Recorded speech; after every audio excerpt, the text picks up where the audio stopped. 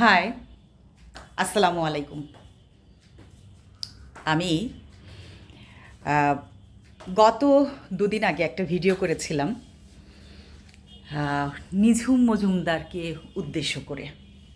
তো সেই আহ, ভিডিওটা অনেকেই দেখেছেন, অনেকে দেখেছেন এবং অনেক ধরনের মন্তব্য হয়েছে।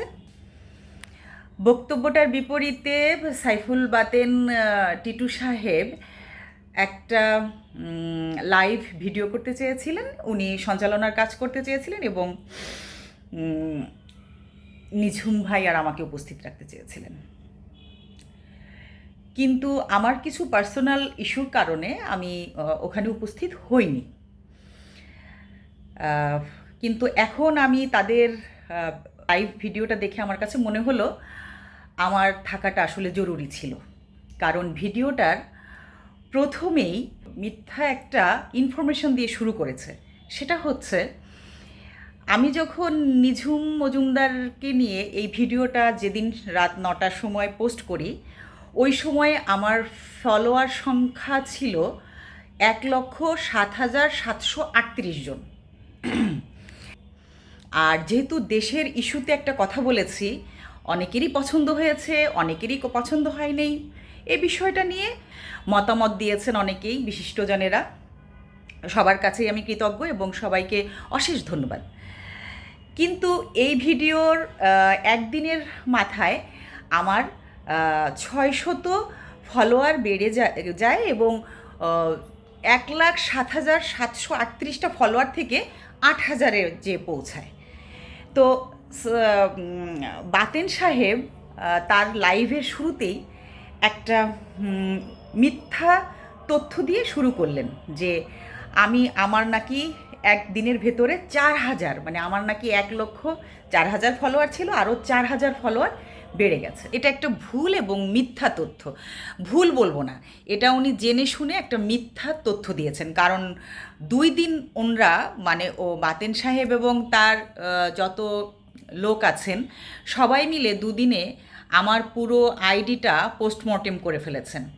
এবং আইডির প্রথমেই, ছোট্ট করে প্রথমেই লেখা থাকে ফলোয়ার সংখ্যা, সেটা দেখেছেন প্রথম।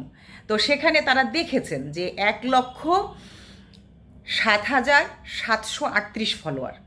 তারপরেও তারা জেনে শুনে মিথ্যা বলেছেন, মিথ্যা দিয়ে শুরু করেছেন লাইভটা। তারপরে যাই হোক, আমি পুরো লাইভটা দেখলাম এবং আমি বুঝলাম যে আমার উচিত ছিল লাইভে থাকাটা জরুরি ছিল। কারণ ওখানে নিঝুম ভাই তার সম্পর্কে ব্যক্তিগত একটা আক্রমণ করেছে, সেটা হারপিক খাওয়া নিয়ে। হতে পারে যে আমি হারপিক খাওয়ার কথা বলেছি, এটা আমি মিথ্যা বলেছি, এটা আমি বলবো না। কারণ হারপিক সম্পর্কে, ওনার সম্পর্কে আমি যেটা জেনেছি সেটা আমার হয়তো ভুল তথ্য জানা হতে পারে। কারণ আমি তো মিথ্যা তৈরি করি নাই। যদি আমি নিজে নিজে মিথ্যা তৈরি করতাম তাহলে আমি বলতাম যে ওটা আমি মিথ্যে বলেছি। কিন্তু ওই মিথ্যে হোক, মানে প্রোপাগান্ডা হোক, সেটা আমি জেনে, তার মানে জেনেছি মানে ওটা একটা তথ্য ছিল, কিন্তু ওটা একটা ভুল তথ্য হতে পারে। এই বিষয়টা নিয়ে আমি দুঃখ প্রকাশ করতেই পারি, এটা আমার বিনয়।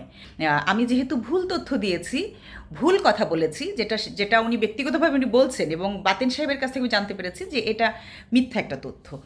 তো মিথ্যা হয় তখনই যখন কেউ সচ্চক্ষে, যেমন বাতেন সাহেব আমার ফলোয়ার সংখ্যা দেখেও সে ইচ্ছে করে একটা কথা ঘুরিয়ে মিথ্যে বলেছেন।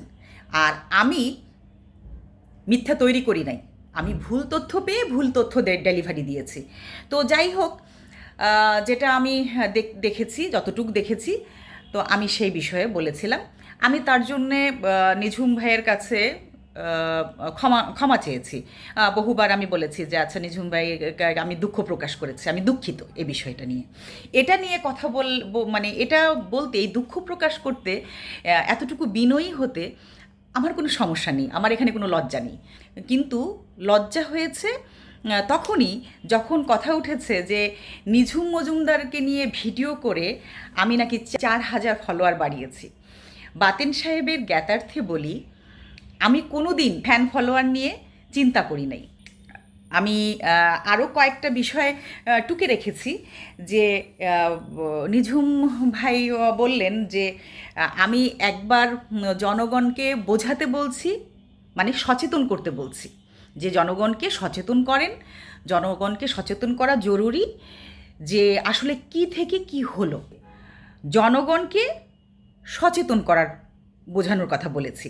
আর আমার বক্তব্যের শেষে বলেছি জনগণকে আর বোঝাতে আসেন না ভাই, জনগণরা রক্ত দিয়ে বুঝেছে। তো এত বড় একজন ব্যারিস্টার মানুষ, এত মেধাবী একজন মানুষ ভাই, আপনি আমার এই দুটো বোঝার, একটা হচ্ছিল জনগণকে সচেতন করার জন্য বক্তব্য মানে করতে বলার কথা বলেছি, সচেতনমূলক বক্তব্যের কথা বলেছি যে এটা নিয়ে সভা সেমিনার করেন, আর জনগণকে নিপীড়িত হয়ে বোঝার ব্যাপার, এই যে দুটো বোঝার পার্থক্য, এই দুই বোঝার পার্থক্য আপনার মতো মেধাবী মানুষও যে বুঝবে না, এটা আমি বুঝতে পারি নাই, যে এই দুটো বুঝির পার্থক্য আছে। এই পার্থক্যটা আপনি কি করে বুঝলেন না এত মেধাবী মানুষ হয়ে, আমার জানা নেই। তো যাই হোক, আমার লাস্টের বক্তব্যের শেষে যেটা ছিল যে জনগণকে বোঝাতে আসেন না ভাই, ওরা রক্ত দিয়ে বুঝেছে, এটা হচ্ছিল জনগণকে নিপীড়িত হয়ে বুঝায়েন না, জনগণকে আঘাতপ্রাপ্ত করে বুঝায়েন না, এটা আমি বুঝিয়েছি।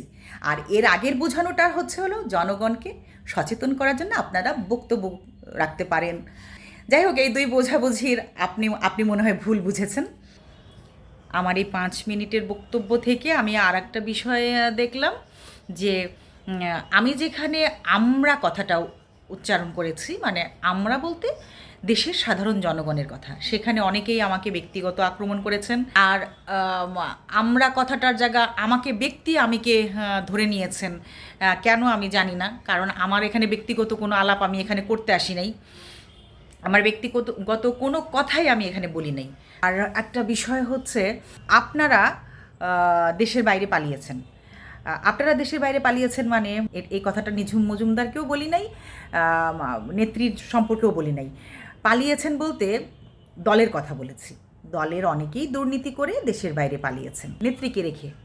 দেখেন, এত ভালোবাসেন আপনারা নেত্রীকে, এই যে আবারও আপনারা কথাটা আসছে, আমি সরাসরি মজুমদার সাহেবকে বলছি না, আমি বলছি যে দলের লোকজন এত ভালোবাসেন নেত্রীকে, এবং নেত্রী যখন ক্ষমতায় ছিলেন তখন পা চেটে খেয়েছেন, সব কিছু শেষে ওনাকে দেশে ফেলে রেখে সবাই পালিয়েছেন। কিন্তু ওই আমরাই কিন্তু দেশে থেকে 32 ভাঙার বিরুদ্ধে কথা বলেছি, সব অন্যায়ের বিরুদ্ধে আমরাই দেশে থেকে কথা বলছি। আমরা নিপীড়ন সহ্য করব, আমরা কথা বলবো, এই আর কি। আমি বুঝতে পারছি যে নিঝুম ভাই কট্টর আওয়ামী লীগার, আমি ভাই আবার কোনো দল বা ধর্মের কট্টরপন্থী নই।